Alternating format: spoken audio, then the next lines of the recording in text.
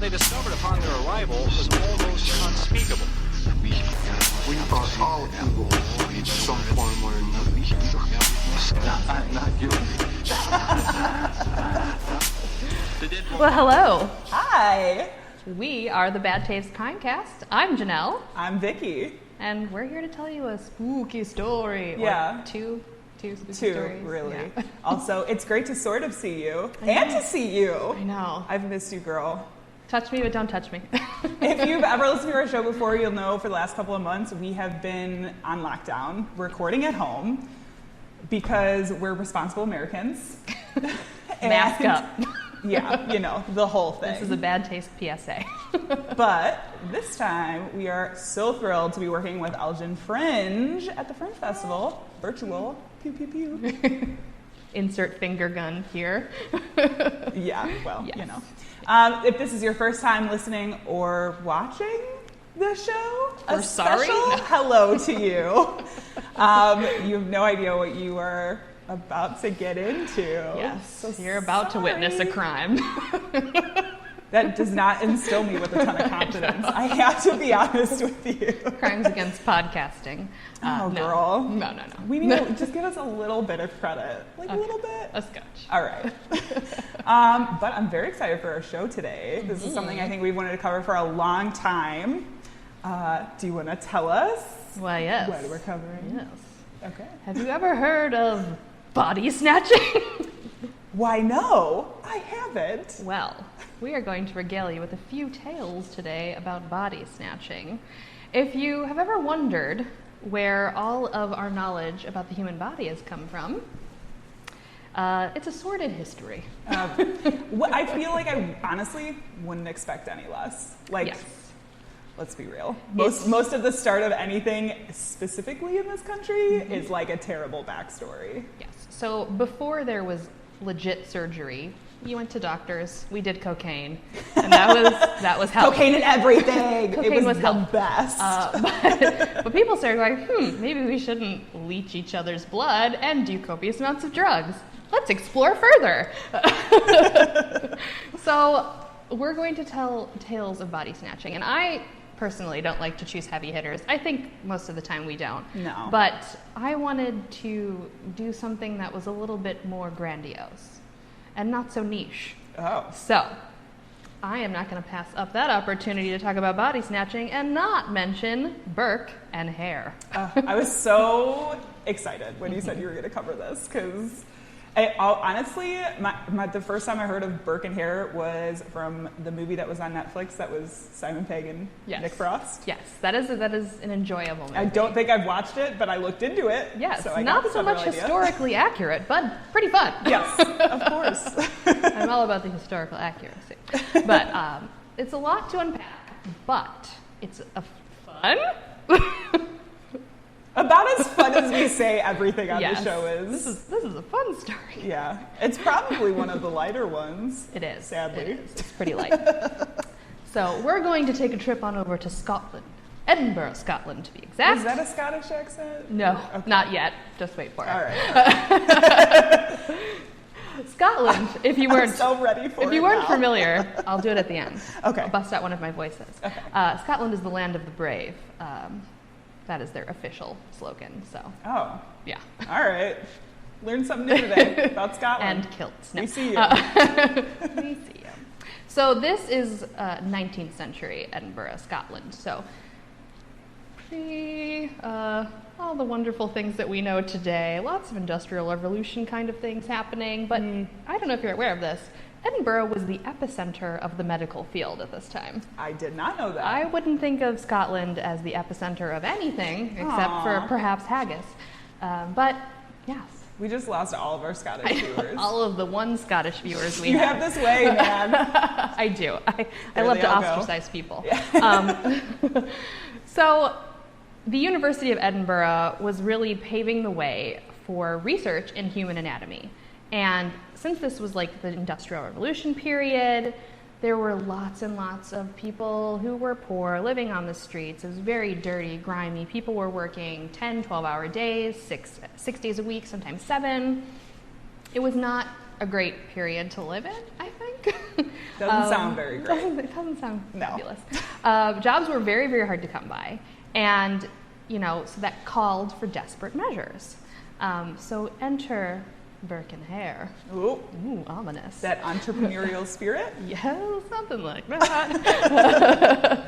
So William Burke and William Hare, of course, Will and Will, originally hailed from Ireland, but they found themselves in Scotland. So first Burke moved to Edinburgh in 1827 after leaving Ireland for Scotland due to a dispute with his soon-to-be ex-father-in-law. Oh, womp womp.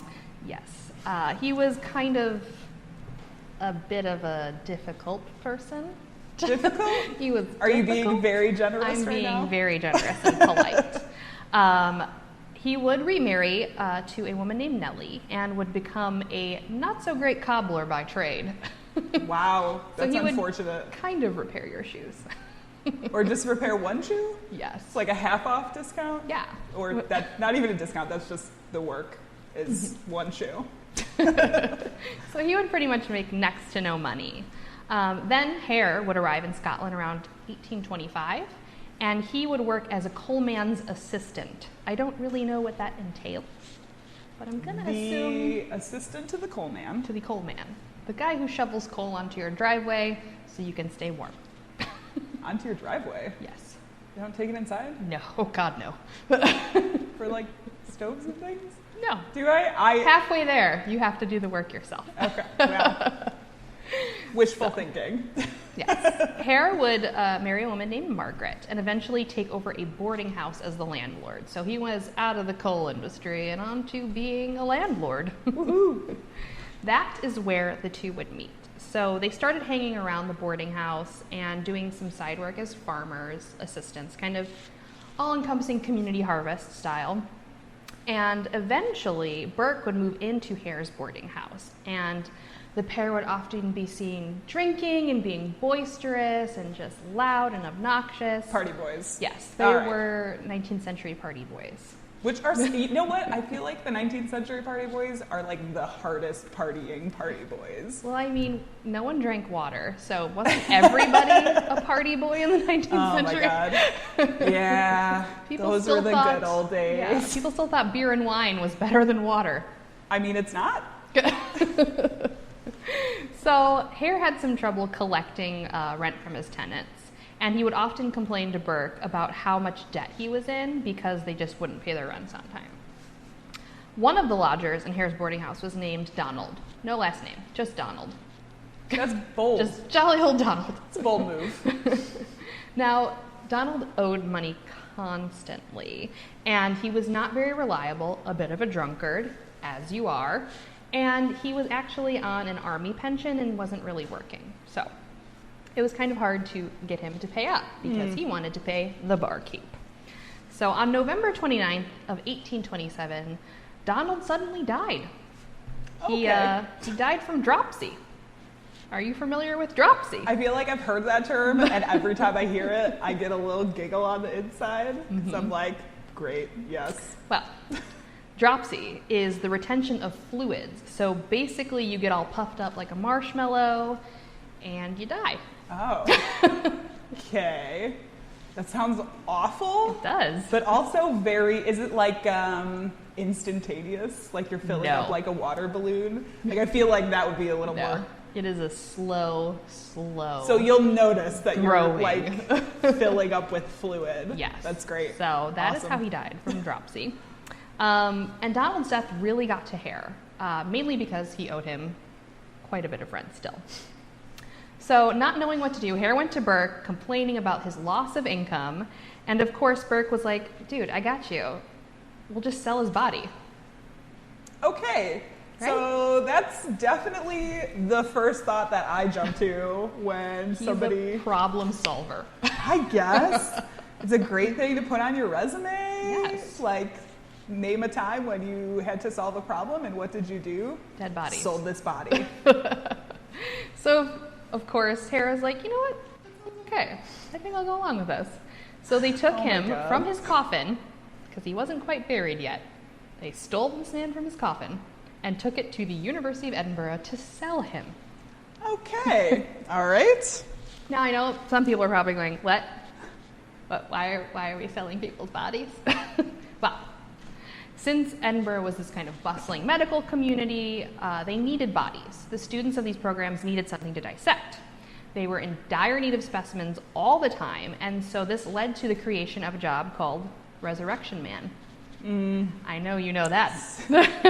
Such a good term. Yes. So, resurrection men would obtain corpses for these schools and doctors so that they could study them.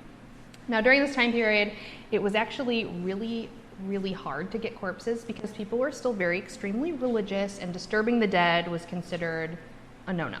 Yeah. So, how else would we obtain a body? Oh God. I'm ashamed to say I can think of a couple of ways. Yes. So, most of the corpses in the beginning of this movement were people who died in mental asylums, who were criminals, and orphans. Oh, orphan trade, big thing back then. Orphans. Big thing, alive or dead. Big thing back then. Yes.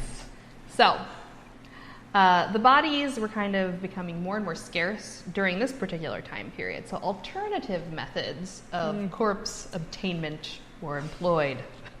What could they be? It's a polite way of saying murder. Shocked. This is my shocked face. Yes.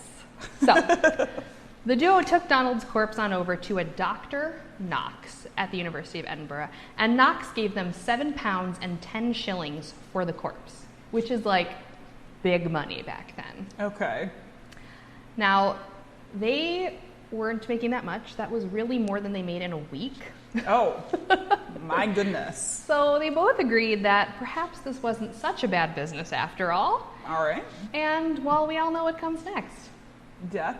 A messy, confusing series of events that led to 16 people being murdered. Oh, wow. Oh, wow, 16! I'm actually, you know what? I'll be honest, kind of surprised it's not more than that. I mean, if you think about the time period in which this is happening, it's about a year, not even. Okay. 16 Maybe bodies, less surprised. it's like a body a month, you know? Guess. Plus, you gotta kill them before they drop dead. Exactly. Otherwise, it's not murder. We need lucrative death, Yeah. okay? So, we're gonna go through that list of victims.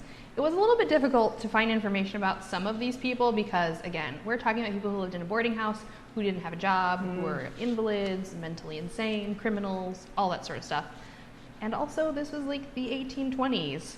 What are documents? Yeah. Not the greatest at record keeping. Not existent. So, the first murder that they committed was in January of 1828, and it was a miller named Joseph. Now, all of the crimes that they committed, they think were done via suffocation after they've gotten almost all of these people drunk. So, next time someone keeps offering you a beer, think twice. They might be trying to murder you.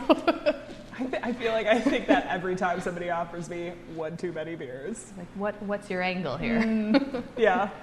So, all of these murders, too, they were given £10 per body. Which was also a lot, right? A lot. That's Okay. more than they got for the first corpse. Because they were such reliable sellers, the price increased. Oh my God. So, the second murder took place in February of the same year, and it was a salt seller named Abigail Simpson.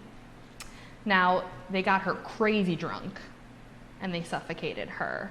And when they took her body to Dr. Knox, he remarked, "This is so fresh. Okay. This is the freshest corpse I've ever weird. seen." That's just, I feel like even if you're in that business, that's a very weird thing to It's a say. strange Like, statement. ooh, you fresh. Can you just... Freshness. That's so gross. Yes, it is. But also, wouldn't that be like a clue? Like, still a little rosy in her cheeks, No, perhaps? right. It's all right place, right time. It's all just happenstance. Yes, we just found this corpse lying in the street. So the third death was an unnamed Englishman who was a match salesman. Suffocated. Sold for 10 shillings. Okay. The third person was Mary Patterson. She was just a passerby who was staying at the boarding house temporarily. A passerby. The fifth no. victim was also another passerby, Janet Brown. A lot of women are on this list, so Not great. Now, the next two victims is kind of even more sad of a story. So this woman named Mrs. Haldane went to live in the boarding house because she lost her home. Okay. And she was only there for a few days, and they murdered her and sold her body. And then her daughter, Peggy, went to go live there. Now, she was going to live with her mother, Okay. and they said her mother was gone, and we didn't know where she was. Oh my No God. forwarding address. So Peggy decided to stay, hoping maybe her mother would come back or someone would tell her where she went, and then they, of course, plied her with many a drink and also sold her dead corpse. I mean, I guess technically she found out where her mom went. In heaven, If- that was bad. I mean, okay, keep going. Let's power through. Give me this some list- more. Yeah. This list of dead people. So the eighth victim was an unnamed elderly woman. Again, they didn't have any information on her. So the ninth victim was Effie, and she was just working for them. She was a cinder gatherer, which is a fancy term for someone who cleans out chimneys. Okay, it's pretty fancy. And instead of paying her, they got her drunk and killed her. Made a profit, in fact. I do kind of love that their solution to everything is, we'll just kill them, it's fine. We don't need to pay them. We'll No. give them a little whiskey, so at least the send-off is good before we smother them How to death. considerate. Like, truly, how considerate. So the next two victims was an unnamed older woman and her grandson, and they described him as being dumb, which I think is just their term of intellectually disabled, Oh, but that's what the newspaper said. So okay. the next couple are a little interesting. So we have an unnamed woman who actually was murdered by Burke only Okay. and not at all involving hair. This would actually lead to kind of a separation of them in this whole business affair because he went and sold this woman's corpse without saying anything to hair and made a profit just for himself. Oh, no. So after a very brief stint of them kind of feuding, they were like, you know what? We bonded over these corpses. We need to get back together. The band's getting back together. There is part of me that feels like this is the point where they each separately form plots to kill each other. If only. Well, I mean, to be honest, there was a little bit of retribution in the end. Oh, so gosh, okay. Just wait for it. I'm ready. So the 14th victim was Mrs. Ulster. She was a washerwoman. She actually just lived there for like 3 days before they just up and killed her. Oh my gosh, all right. It's a constant rotation of people in this boarding house. Now the last two victims would be the kind of key to them getting busted for all of this. So the 15th victim, James Wilson, was an 18-year-old man who was very distinct. He had this very distinct limp, and he was also developmentally disabled. And he begged on the street. So he was very familiar. He was always out on the street. People knew him. They recognized him. They were very kind to him. He was super familiar. You know that guy that's in your neighborhood that you see walking all the time? Yes. He's that guy. We've got a couple. We've got a couple, We got a couple you know, of those, like yes. you know those people. You Yeah. notice them. They're constantly walking around. Yeah. So when they went to deliver his body, there were some students helping Dr. Knox kind of bring some of the corpses in and get them settled so that they could be prepared for a dissection. Well, the students remarked, well, this corpse looks familiar. This looks like that James guy that we always see out and about on the street. Oops. And so Dr. Knox is like, I don't think so, and immediately removed his head and deformed leg before bringing him out for dissection for the rest of class. Wow. Now, that sounds a little sketchy to me. Like, Yeah. he knew there was something going on. I was gonna ask. So, did he get the? He must have gotten the idea from the fresh corpse. Duh. That So- things were. We'll see in the end what actually happened to Dr. Ugh. Knox, but that sounds fishy. Yeah. I think it sounds Yeah. fishy. So the last victim, the final victim, this is when they would really get caught. So Margaret Doherty was the final victim. She was killed on October 31st, 1821, All Hallows Eve. Oh. So the victim wouldn't actually make it to the dissection slab. So her body was found in the boarding house. It was kind of a weird thing that happened. So they got drunk, they suffocated her, but instead of immediately taking her to Dr. Knox, they waited till the next morning because it was really late, everybody was tired. So they put her at the foot of Hare's bed, under straw. Okay. And they said, we'll get her in the morning. All right. Now, a woman named Anne Gray entered the room and saw that there was a body on the floor covered in straw. Oh my God. And so they were like, what the hell? It must not have been covered that well. No. Because, you probably didn't have enough straw. Yeah. Just a very light dusting of straw on the top. Just a sprinkling of straw. So Anne and her husband ran to get the police. And in the time they went to go get the police, because obviously the police weren't really like a thing yet, you had to run to wherever a person was living or a station to get someone's attention. So in that time that they were going to get the police, Burke and Hare took the corpse to Dr. Knox, and the police arrived as Dr. Knox was preparing her to go into the anatomy class. So that would ultimately be their undoing. So on November 3rd of 1828, a warrant was issued for Burke and Hare and their wives. A doctor examined the body of Margaret Doherty, who was the last victim, and it was determined that she was suffocated to death. Now, police suspected that there were other murders because this seemed like really planned and thought out and methodical. So they kind of wanted to try and get a confession out of them because this is old-timey police work, you know? There's no like fingerprinting. It's a lot of eyewitness accounts or confessions. Yeah. Which we all know police work is not wholly reliable. I mean, is it reliable now? No. So with some luck, they were able to turn Hare against Burke. Okay. So remember that retribution I was talking about? Oh yes. You corpse without me, jail for you. So Hare spilled all of the beans. He was like, this is what we did, this is how we do it. Way to turn your life around. So he wasn't actually charged with anything. So Burke also kind of confessed to some of the things that were going on. Not everything, but obviously the last victim, because it's like, you found her. So they also stated that there was another person who was helping them, this man named McDougall, who during the incident actually, Mary Doherty went to run out the door, and he was like, no, come on back in. We have more whiskey. Okay. So he was implicated as well. So Burke and McDougall were charged. They were in fact tried, but McDougall was let off because they said he wasn't actually involved in the legit killing. They just kind of coerced her back into the place.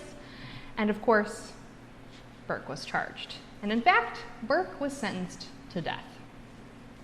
So he was hung on January 28th of 1829 in front of a crowd of 25,000 people. Oh, that's a lot of people. That is pretty much all of Scotland. I thought you were going to stop at 25, and I was going to be like, that's pretty good. Extra zero on that. Wow, okay. Now, in ultimate karmic retribution, on February 1st, his corpse was publicly dissected by Professor Monroe at the University of Edinburgh. So good. In fact, his skeleton was preserved, and they made a death mask of him that are actually still on display in the Anatomical Museum of the Edinburgh Medical School. Okay, so we're going to take a field trip? Yes. We have a picture of the death mask. They also provided a mask along with it of hair, but it was of his likeness while he was living. Okay. So there is two death masks there and his skeleton. So in ultimate karmic retribution, that's amazing. He was dissected as well.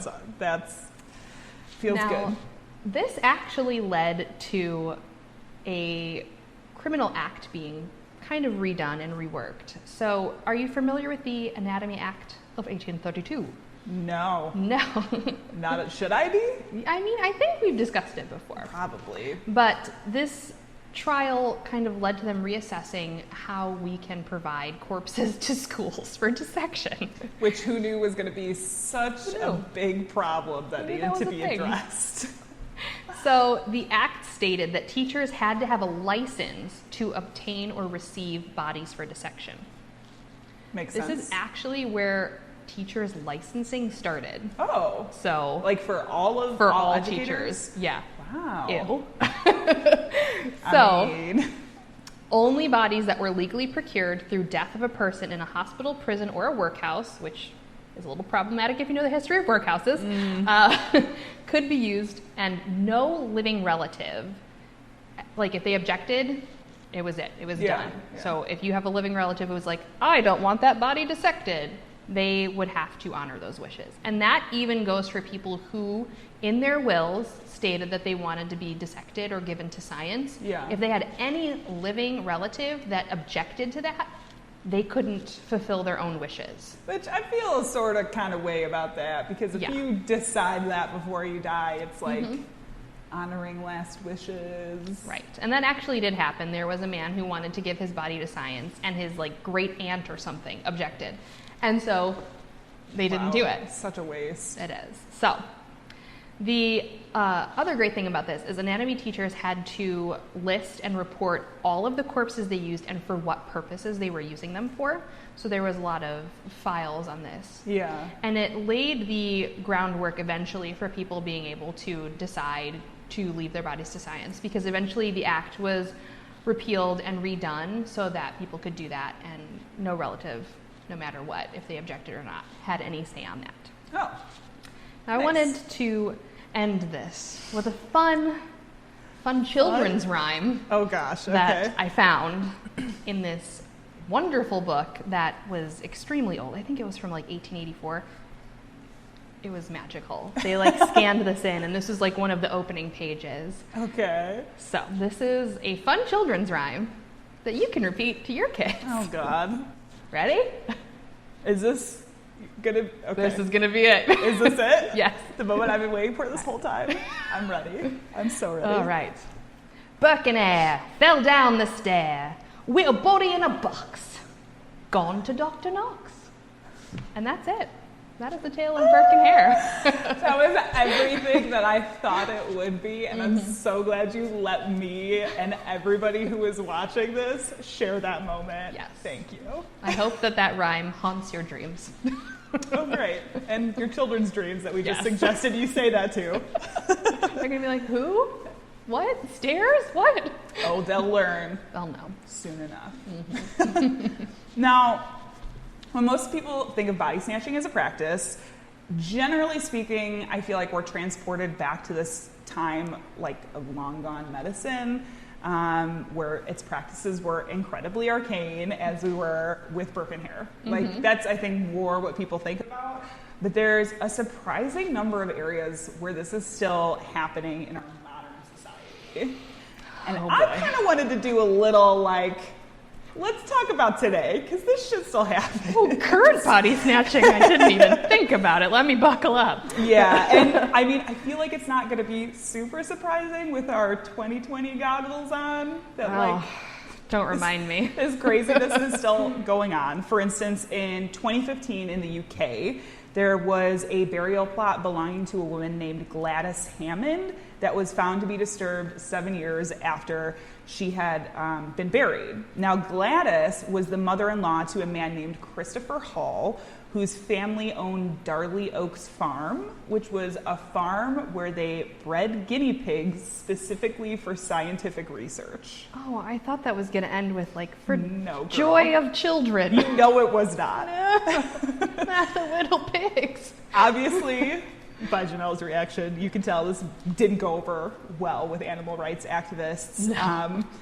And after a 4-year-long investigation, it was discovered that 4 leaders of a movement called Save the New Church Guinea Pigs, the leaders were Carrie Whitburn, John Smith, John Ablewhite, and Josephine Mayo.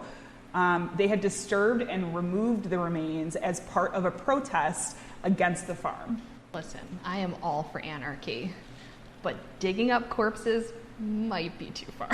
They were doing it to the extreme. It got noticed. is also the thing. Like, But what did they do with the bones? they just Vicky. moved him around. They were eventually found. They just shuffled them Yeah. about. Moved him around, took him out. I don't know. They were scattered, but they found him. The three men all received 12 years, and Josephine received 4. And like I said, the remains were found and returned to her grave. Or, if we wanted to, we could look at places like China, where old traditions have sort of continued to exist. Old traditions? Are there heavy quotes on that? Maybe? Okay. It's an old Chinese tradition, specifically within, now it persists in a lot of the mining communities. Okay. But the practice of using ghost marriages, which is something I heard of this. I was not familiar with until I started looking into like body snatching resurrectionists. The practice of ghost marriages is over 3,000 years old, and it's this idea of people being married after their death. In some of, like I said, some of the coal mining regions where the populations of male deaths still are pretty high, there are reports from as recent as 2007 of families paying really high prices to snatchers in the area. Oh my word. To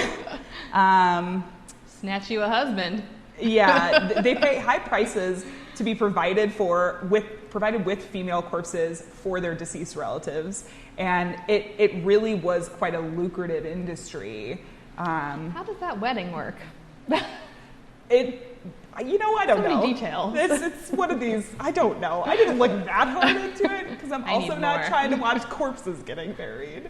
Like, I didn't really want to spend my Saturday watching videos of corpses getting buried. Sorry, everybody. Google it. It'll pop up, I'm sure. And you'll immediately go on a watch list.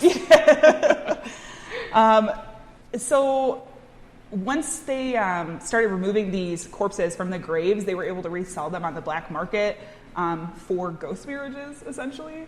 And some of these resurrectionists have started resorting to murdering females in order to sell their corpses for ghost marriages.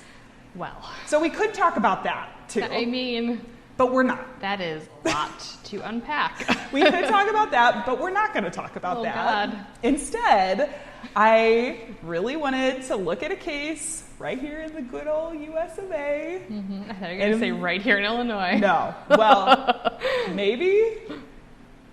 It's kind of everywhere Okay. in the US, but it's a case that involves skin and bones and a man named Michael Mastro Marino. Okay, that sounds like a mastermind. It is the craziest last name that I've ever heard also. So Mastro Marino didn't get into the tissue trading game right off the bat. He was originally a maxillofacial surgeon that had initially been he was like pretty successful when he worked in New Jersey and Manhattan. Now, as reported by New York Mag, Mastro Marino had contributed to a book called Smile, How Dental Implants Can Transform Your Life. And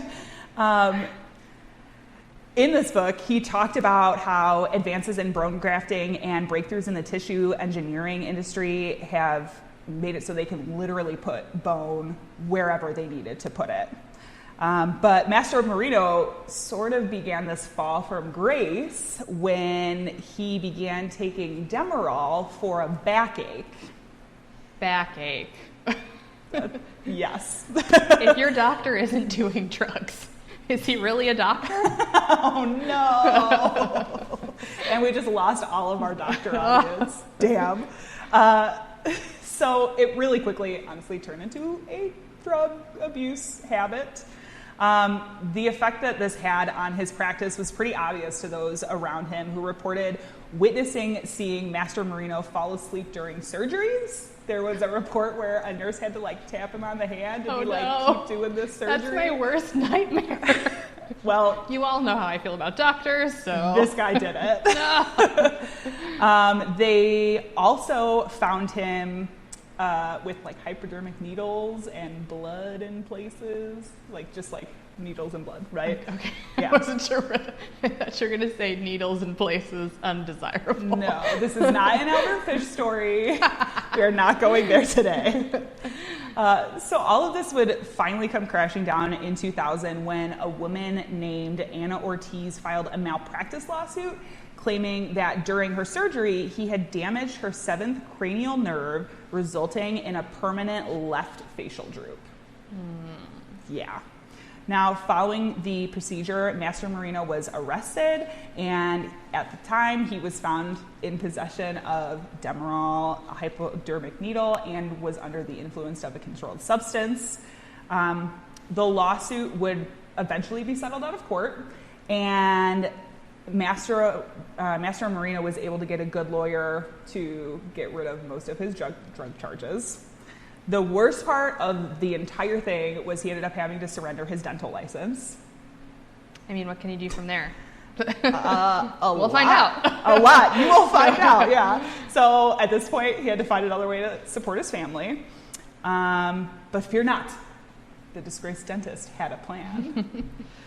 In his surgery work, Master Marino had become quite familiar with a company that was one of the largest tissue banks in the country. And that's an unsettling term. He was, and you know what? This is a thing that's very common. Mm-hmm. Everybody uses them. I have myself had 2 knee surgeries and I'm sure have had tissues from tissue banks. It's a thing. But he was also aware that the demand for tissues and raw materials was on the rise.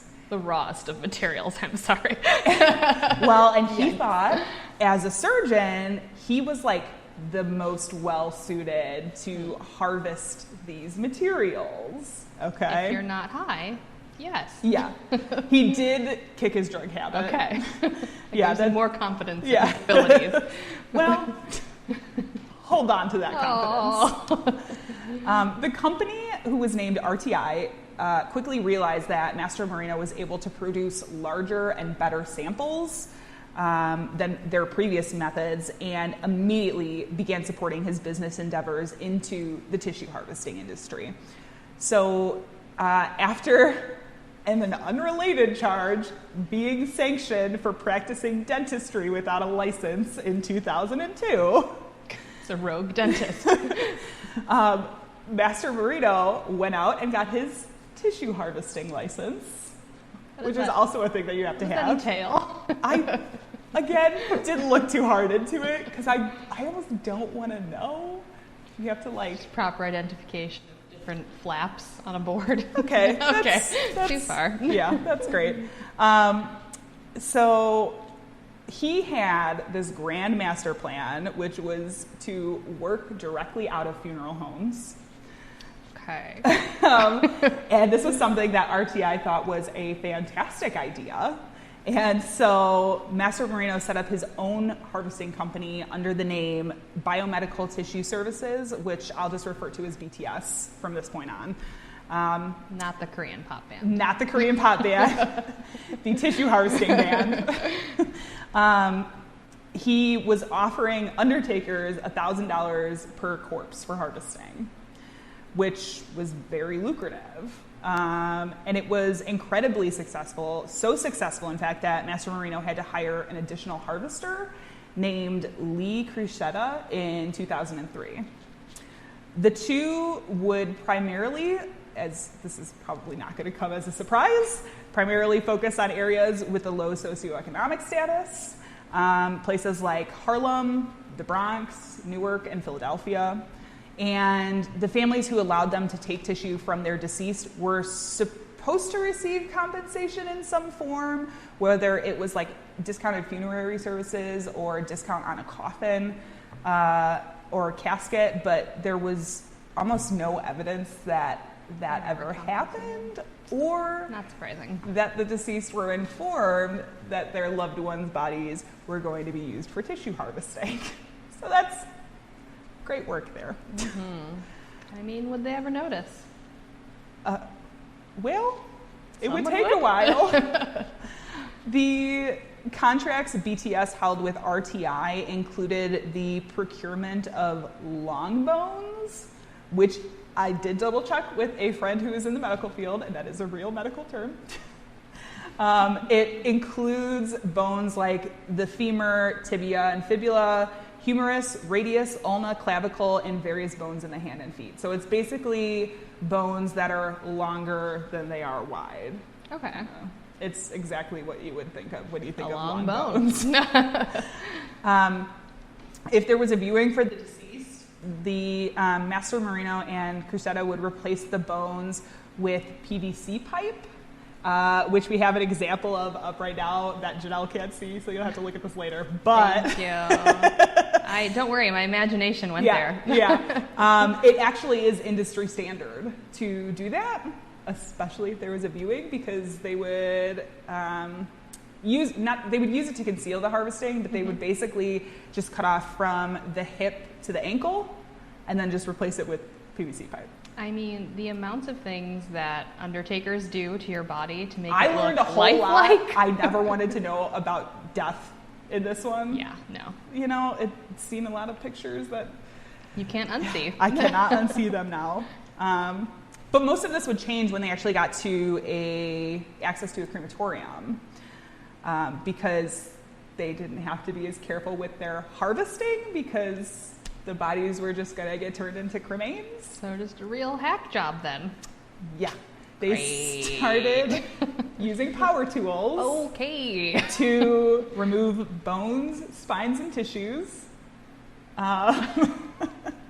And then they would pack the body with some sort of material to avoid blood and fluid like spilling out all over the place on the trip to the crematorium, because the crematorium was just a block away from where they were doing their work at the funeral. I was outside. Yeah. Like they had to take the body out and about. It gets worse. Oh no. No. It gets worse. In fact, neighbors reported that business was so good for BTS that they would see vans dropping off corpses at all hours of the day and night. They would sometimes leave the body bags on the sidewalk. Okay, at least they used a car. I envision them just wheeling it down a block. Just. Oh. Yeah, I mean, they might have done that. Oh, this no. is like the initial body drop-off for harvesting. So they would just leave the body bags on the sidewalk because they were so overloaded, and the noise itself was often noticeable too, because they would hear banging and clanging late into the evening. That could be misconstrued. And then during the mornings, there would be bags upon bags upon bags on the sidewalk filled with surgical gloves, aprons, and bloodied cotton swabs, which they weren't super crazy about because they had cats in the neighborhood that would get into the bags and like take stuff. Have some breakfast. They just like come back with a bloodied glove in their mouth. No. Yeah. Wow. So that was a thing. Business was so good, in fact, that Master Marino had to hire another 2 additional team members, allowing them to take care of the dirty work of harvesting while he was able to work on paperwork and like other business needs. Now, again, as reported by New York Mag, quote, Crusetta was doing up to 25 harvests a month and making $200 to $300 a harvest plus salary. And Master Marino, he figures, was probably earning per body between $10,000 and $15,000, although Master Marino's lawyer claims that it was only $7,000 at most per corpse. We're in the wrong business. I'm starting to think that, honestly, but no. I mean, this would solve a lot of my problems, but don't tempt me, girl. Ethical harvesting. Now, BTS also regularly flouted industry and FDA standards. Wow. Big shocker. Yes, I'm surprised. They had standards for tissue harvesting, and Probably according not using power tools would be one of them. Yeah, that's a big one. But according to Commonwealth of Pennsylvania v. Michael Mastorino, many of the bodies BTS had harvested were from the elderly and the sick, sometimes having HIV or hepatitis. Ooh, so yeah, that's a problem. Yeah, that is a big problem. Due to the influx of business, the bodies would often sit around with no refrigeration, and were harvested outside of the recommended 24-hour time period. And So were they even useful? Well, BTS said they were, I so mean, it's fine. Could they realistically like give it to this company and they'd be Yeah. like, it's not a good sample and still No. get paid for that? Yeah. Oh my Yeah. God. And Okay. part of it had to do with, in my research, RTI talks about this. It's almost like the last thing they do in the process when they take some harvested tissue is like washing it, basically. Mm-hmm. So it does get rid of a lot of lingering disease and anything that could be left on there. So later, the FDA and the CDC actually viewed the risk of some diseased tissue being implanted relatively low because of that process. But they still took all the tissue in and paid them for it. That's crazy. So, BTS also continued to harvest without consent of the families of the deceased. But it would actually take a while for this to be discovered because Master Marino opted instead to forge and falsify paperwork, including the identity, condition, and medical history of the deceased, along with the consent from families paperwork. That's why I think he switched over to paperwork instead of like doing the thing. But to take it even one step further, Master Marino replaced blood samples for diseased tissue with mislabeled disease-free samples so the tissue banks wouldn't know. Okay. I'm sorry. What? Which makes any claim that's like, I didn't even know this was going on, totally BS. Like, he was pretty actively covering it up. Sounds like it. And this did allow for doctors all over the US to unknowingly use diseased tissue for transplants into patients. Now, one of the more famous cadavers to come across the harvesting table was Alistair Cook. Are you familiar? Do tell. He is most well known for being the host of Masterpiece Theater from 1971 to 1992. Huh. Yeah. And it's known that when he passed away in 2004, he had died as a result of lung cancer that had spread to his bones. And he had heart disease. But despite this, Master Marino instructed his staff to proceed with the harvest, where they removed the bones in his arms and legs, skin from the chest and back, and some heart valves and veins before the body was cremated. There's also reports that in order to cover this up, the death certificate had been altered in order to hide his cause of death.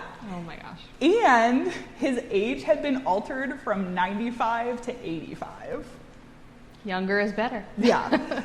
Now, Alistair Cook's daughter, Susan Kittredge, did receive the cremains within 48 hours, but it would take until Christmas 2005 before she would realize that some of the cremains were missing. Well, I mean, how would you even know? Yeah.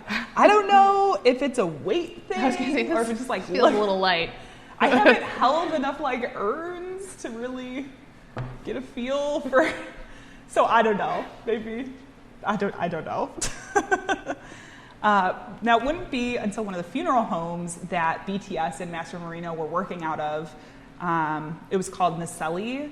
It was sold to another owner, and the authorities at that point were alerted to something suspicious by the new owner. They had discovered that there was a secret room where tissue is being harvested. Secret tissue room? The setup was they would bring the bodies in on a table, and it had hydraulics that lifted the table up to the second floor where they did all of the harvesting, and then they'd bring them back down to the first floor and take them out. So the new owners were like, we've got this secret harvesting on the second floor. It's kind of sketch. That is really sketchy. Yeah. Very ominous. So they called the police and took them on a tour of the funeral home. They're like, here's But this. also, When they were buying it, didn't they go on a tour before they purchased this? I feel like they're they like, here's would. the secret harvest room. I mean, don't look in that But door. I don't know that they would be like, secret harvest room, here it is. So when the police went, this is also when they discovered that they had a practice of replacing the bones with the plastic pipe, which, like I said, it was industry standard, but for people who are not within an industry, it's something that like struck them as like, okay, that's a little weird. And so it didn't sit well with Assistant District Attorney Josh Hanshaft, who decided to look a little bit harder into BTS's business practices. And it wouldn't take long before he discovered the extensive forgery of paperwork. In fact, the DA's office would allege in court filings that all but one of the 1,077 cases, there was no evidence of consent. So literally everything but one piece of. And what is our motto, Vicky? Consent is key. Consent is key. Consent is key. It's even after you're dead, consent. But Naselli's wasn't the only funeral home that BTS was working out of. They were working out of another funeral home named Garzone's. And even though he had discovered that BTS was under investigation in 2005, he continued to work out of Garzone's until later in the year. At that point, Master Marino decided to destroy his records and then encouraged the funeral home to set fire to the building. How do you casually mention that? So you should probably start yourself on fire. I don't know. I'm just throwing ideas, like spitting against the wall, but building fire. Maybe. He didn't go for it. I'll just Wise put that decision. out there. Yeah, but he did, like I said, destroy the records. But at the end of it, the funeral homes received more than $245,000 from BTS for their cooperation, while Master Marino got over $1.1 million from tissue banks. Wow. It's a lot of dough. That is. The discovery of this information sent the tissue harvesting industry into a complete tailspin. I mean, like literal, like stocks were plummeting. Tissues were plummeting. Yeah, it was a whole thing. Oh and the FDA was pretty quick to shut down BTS after that, although it's kind of unclear how the forgeries weren't discovered by the FDA or the New York State Department of Health during their annual inspections. I mean, government officials. Yeah. All you have to say. It makes me feel like they probably did not inspect too hard. No. And RTI, the original company that allowed Master Marino to start his harvesting business, they found it prudent to cut ties with him as well. I would hope so. And they immediately issued a recall on any tissue samples that had been sent by BTS. Even his employees began abandoning ship, claiming that he was like the mastermind and they were the muscle. So they're just like, I don't know, I just did what he told me to. I just did the stuff. It was all him, which it didn't really help them out in the end, if I'm being honest. The case against Master Marino and BTS was taken to a grand jury on May 4th, 2006, where they recommended charges, and Master Marino was promptly arrested. He and his lawyer opted for a guilty plea on various charges, and he was sentenced on October 22nd, 2008. He received multiple counts, including violating the Corruption Act, criminal conspiracy, 244 counts of theft by unlawful taking, 4 counts of deceptive business practices, and 17 counts of abuse of a corpse. That's the sticker right there. And for all of this, he received 25 to 58 years in prison. Do you think that's not a lot? No, I don't. Felt like it was a lot. No. Because He made so much money. he did make a lot of money, But this might sound really terrible, but I also feel like he wasn't actually murdering people. So like, That's true. it was still But- abuse of a corpse. Yeah. But like, Deceiving family members, Yeah, I think, is yeah. the biggest issue with it. yeah, for sure. But I thought that if he ended up being in for 58 years, I was like, that's pretty good. I mean, that's a lot. But don't worry, because he dead. And was he harvested in retribution? Well, in what I feel like is an interesting bit of irony, he was sent to Rikers Island to serve out his sentence, and then when he was 49, he died after losing his battle with liver and bone cancer. That is retribution. That is retribution. And I'm glad they finally, at least they were able to like recall the tissue. Like in our modern age, thanks to some of these old practices that we had, they do have stuff that like tracks that now. Yeah.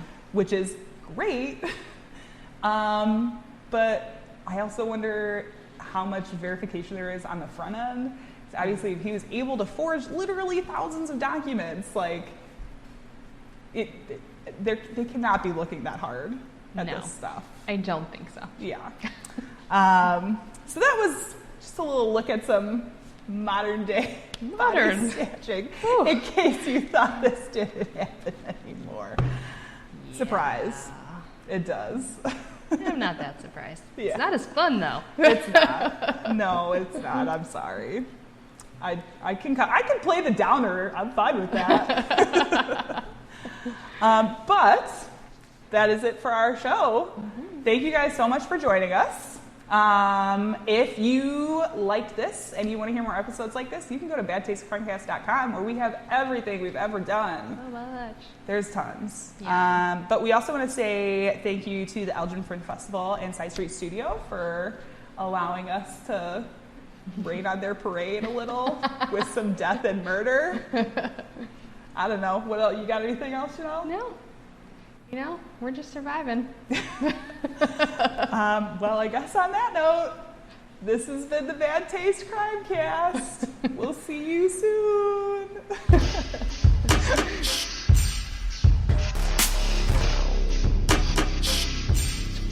What they discovered upon their arrival was almost unspeakable.